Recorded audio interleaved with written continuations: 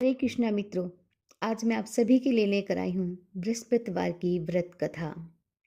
और हाँ, हमारे चैनल को सब्सक्राइब अवश्य कीजिएगा ऐसी अन्य धार्मिक वीडियो देखने के लिए।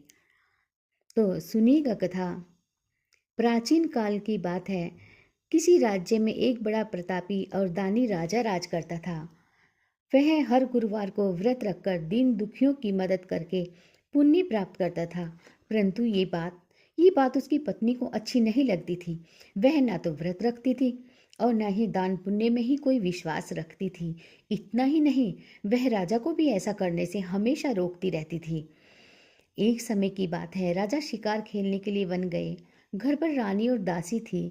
उसी समय गुरु बृहस्पति देव साधु का रूप धारण कर राजा के दरवाजे पर भिक्षा मांगने आए।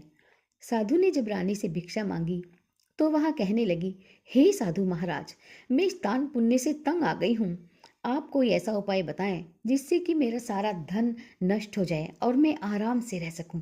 इतना सुनकर बृहस्पति देव ने कहा, देवी, तुम बड़ी विचित्र हो। संतान और धन से कोई दुखी होता है क्या?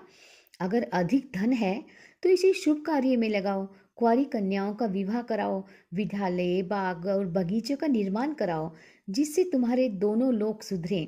परंतु साधु की इन बातों से रानी को खुशी नहीं हुई। उसने कहा कि मुझे ऐसे धन की आवश्यकता नहीं है जिसे मैं दान कर सकूं और जिसे संभालने में मेरा सारा समय नष्ट हो जाए। तब साधु ने कहा, अगर तुम्हारी ऐसी ही इच्छा है तो मैं जैसा तुम्हें बताता हूँ तुम वैसा ही करना। गुरुवार के दिन तुम घर को गोबर से लीपना, अपने बालों को पीली मिट्टी से धोना, राजा से हजामत बनाने को कहना, भोजन में मांस मदिरा का प्रयोग करना, कपड़े धोबी के यहाँ धुलने दे देना। इस प्रकार 7 बृहस्पतिवार करने से तुम्हारा सारा धन नष्ट हो जाएगा। इतना कहकर साधु के रूप में श्री बृहस्पति देवता अंतर्ध्यान हो गए। साधु के अनुसार कई बातों को पूरा करते हुए रानी को केवल 3 बृहस्पतिवार ही बीते थे कि उसकी समस्त धन संपत्ति नष्ट हो गई। भोजन के लिए राजा का परिवार तरसने लगा। तब एक दिन राजा ने रानी से बोला कि हे रानी, तुम यहीं रहो, मैं दूसरे देश में जाता हूँ, क्योंकि यहाँ पर सभी लोग मुझे जानते हैं, इसलिए मैं कोई छोटा कार्य तो नहीं कर सकता। ऐसा कहकर राजा दूसरे देश में चला गया। वहां वह जंगल से लकड़ी काट कर लाता और शहर में बेचता। इस तरह वह अपना जीवन व्यतीत करने लगा। इधर राजा के परदेश जाते ही रानी और दासी दोनों ही दुखी रहने लगी। एक बार जब रानी और दासी को 7 दिन तक बिना भोजन के रहना पड़ा तो रानी ने अपनी दासी से कहा, हे दासी, पास ही के नगर में मेरी बहन रहती है। वह बड़ी धनवान है। तू उसके पास जा और कुछ लेकर आ, ताकि थोड़ी बहुत गुजर बसर हो जाए। दासी रानी की बहन के पास गई। उस दिन गुरुवार था और रानी की बहन उस समय बृहस्पतिवार व्रत की कथा सुन रही थी।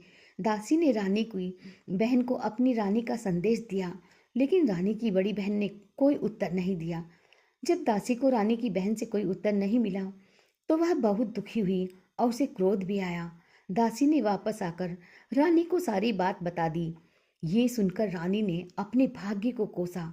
उधर रानी की बहन ने सोचा कि मेरी बहन की दासी आई थी, परंतु मैं उससे बोली नहीं, इससे वह बहुत दुखी हुई होगी। कथा सुनकर और पूजा समाप्त करके वह अपनी बहन के घर आई और कहने लगी, हे बहन, मैं बृहस्पतिवार का व्रत कर रही थी। तुम्हारी दासी मेरे घर आई थी, परंतु जब तक कथा पूरी होती तब तक न तो मैं उठती और न ही बोलती हूँ, इसलिए नहीं मैं बोली। बताओ दासी क्यों आई थी? रानी बोली, बहन, तुमसे क्या छुपाऊं, हमारे घर में खाने तक को अनाज नहीं। ऐसा कहते कहते रानी की आंखें भर आई। उसने दासी समेत पिछले 7 दिनों से भूखे रहने की बात अपनी बहन को बता दी। रानी की बहन बोली, देखो बहन, भगवान बृहस्पति देव सबकी मनोकामना पूर्ण करते हैं। देखो, शायद तुम्हारे घर में कहीं अनाज रखा हो। पहले तो रानी को विश्वास ही नहीं हुआ, पर बहन के आग्रह पर उसने अपनी दासी को अंदर भेजा तो सचमुच अनाज से भरा एक घड़ा मिला। ये देखकर दासी को बड़ी हैरानी हुई। दासी रानी से कहने लगी, हे रानी, हमको भोजन नहीं मिलता तो हम व्रत ही तो करते हैं, इसलिए क्यों ना इनसे व्रत और कथा की विधि पूछ ली जाए, ताकि हम भी व्रत कर सकें। तब रानी ने अपनी बहन से बृहस्पतिवार व्रत के बारे में पूछा। उसकी बहन ने बताया, बृहस्पतिवार के व्रत में चने की दाल और मुनक्का केले की जड़ में अर्पित अर्पित करें तथा दीपक जलाएं, व्रत कथा सुने और पीला भोजन ही करें और पीले ही वस्त्र पहने। इससे बृहस्पति देव और भगवान विष्णु प्रसन्न होते हैं। व्रत और पूजा की विधि बताकर रानी की बहन अपने घर लौट आई।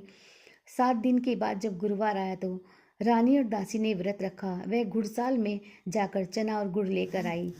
फिर उससे केले की जड़ तथा विष्णु भगवान की पूजा की। अब पीला भोजन की चिंता को लेकर दोनों बहुत दुखी थे, क्योंकि उन्होंने व्रत रखा था। इसलिए बृहस्पति देव उनसे प्रसन्न थे। वह एक साधारण व्यक्ति का रूप धारण कर 2 थालों में पीला भोजन दासी को देकर चले गए। भोजन पाकर दासी बहुत प्रसन्न हुई और फिर रानी के साथ मिलकर भोजन ग्रहण किया। उसके बाद वह सभी गुरुवार को व्रत और पूजा करने लगी। बृहस्पति देव की कृपा से उनके पास फिर से धन संपत्ति आ गई, परंतु रानी फिर से पहले की तरह आलस्य करने लगी। तब दासी बोली, देखो रानी, तुम पहले भी इस प्रकार आलस्य करती थी। तुम्हें धन रखने में कष्ट होता था, इस कारण सभी धन नष्ट हो गया। और अब जब बृहस्पति देवता की कृपा से धन मिला है तो तुम्हें फिर से आलस्य होने लगा। रानी को समझाते हुए दासी ने कहा कि बड़ी मुसीबतों के बाद हमने ये धन पाया है, इसलिए हमें दान पुण्य करना चाहिए, भूखों को भोजन कराना चाहिए और इस धन को शुभ कार्यों में खर्च करना चाहिए। इससे तुम्हारे कुल का यश बढ़ेगा, स्वर्ग की प्राप्ति होगी और पितृ भी प्रसन्न होंगे। दासी की बात मानकर रानी अपना धन शुभ कार्यों में खर्च करने लगी। इससे पूरे नगर में उसका यश बढ़ने लगा और राजा भी घर वापस आ गए। बृहस्पति व्रत कथा के बाद श्रद्धा के साथ आरती की जानी चाहिए। इसके बाद प्रसाद बांटकर उसे ग्रहण करना चाहिए।